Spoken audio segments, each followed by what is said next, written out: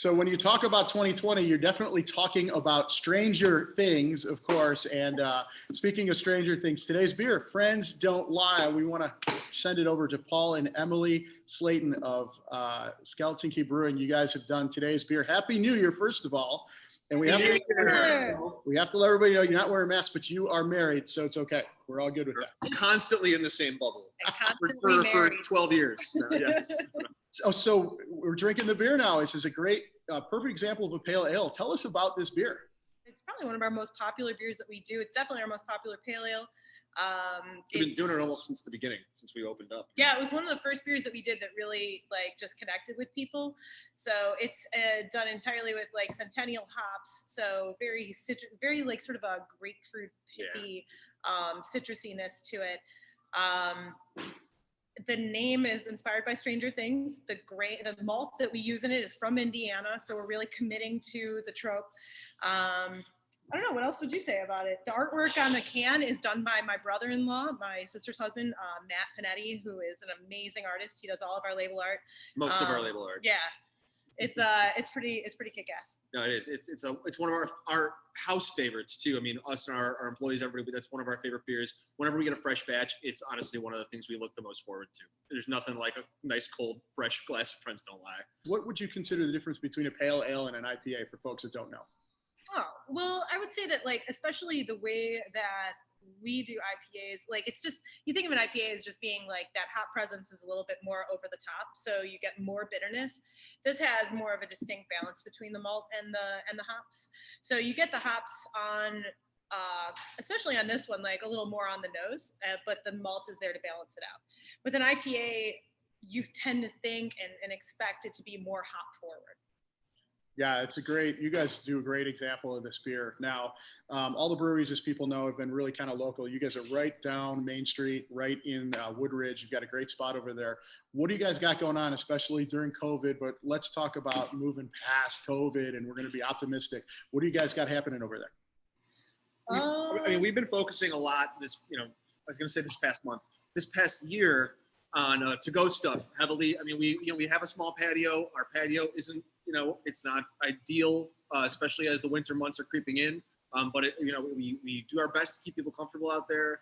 But we've really been focusing heavily on the to-go stuff. You do a lot of different styles, stouts, oatmeal stouts, everything that you mentioned. Migratory, the coconut golden ale is one of your standbys. People love that when they come in here.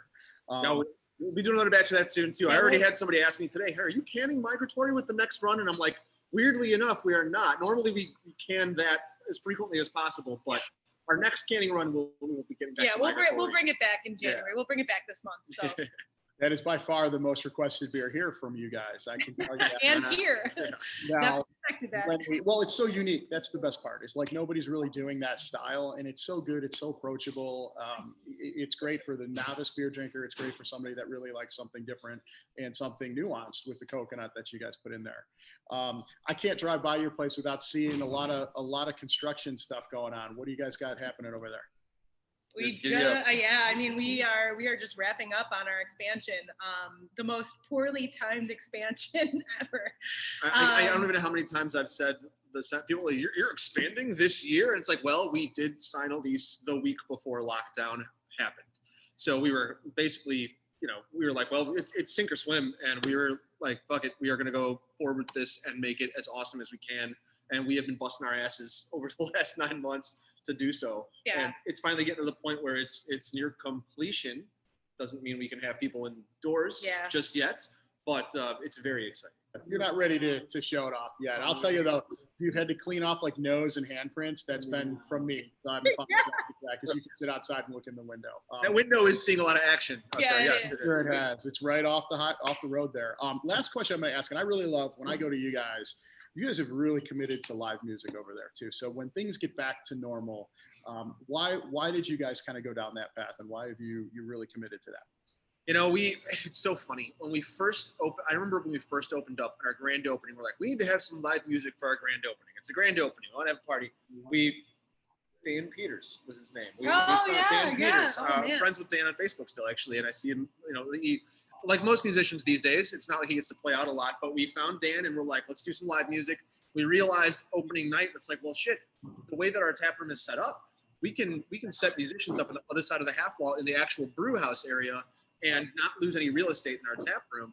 And once we kind of started, realizing that was a possibility, I started kind of making some new friends. I met some new musicians. We've got an awesome stable of musicians that have been playing here for the last 4 years.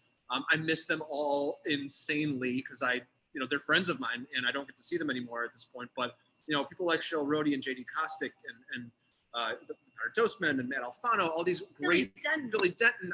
I'm going to be pissed off because I'm going to not name somebody. I'm going to stop you and I'll take the blame if you left somebody out. Thank you. But all of those people, they mean so much to us. Live music is something that after a fashion, we started becoming recognized as a place where people could expect to come at least once a weekend and come and see some live music. And it was one of our favorite things. It became one of our absolute favorite things to do, to the point that for one of our anniversary parties, we did a big collaboration beer with all of our musicians, and we did a variant for each one of them, and then had them all here on the same day playing music and drinking their beer and seeing whose beer kicked first. It was so much fun. And I really can't wait to get back to that, because I promise, once we open back up again, we're going to look into having some fun. And as soon as it makes sense to have musicians playing again and around people, I can't wait to get back to it. I really. Listen, guys, Paul, Emily, thank you so much for doing this. Thanks for participating with the beer. The APA is fantastic. It always has been. It always will be. Really thankful that you guys jumped in and helped us with this. And I hope everybody watching this goes and checks them out once we get back to normal. And even thank you so much for including us in this. Go buy to go right now. Go buy. Yes. Yes.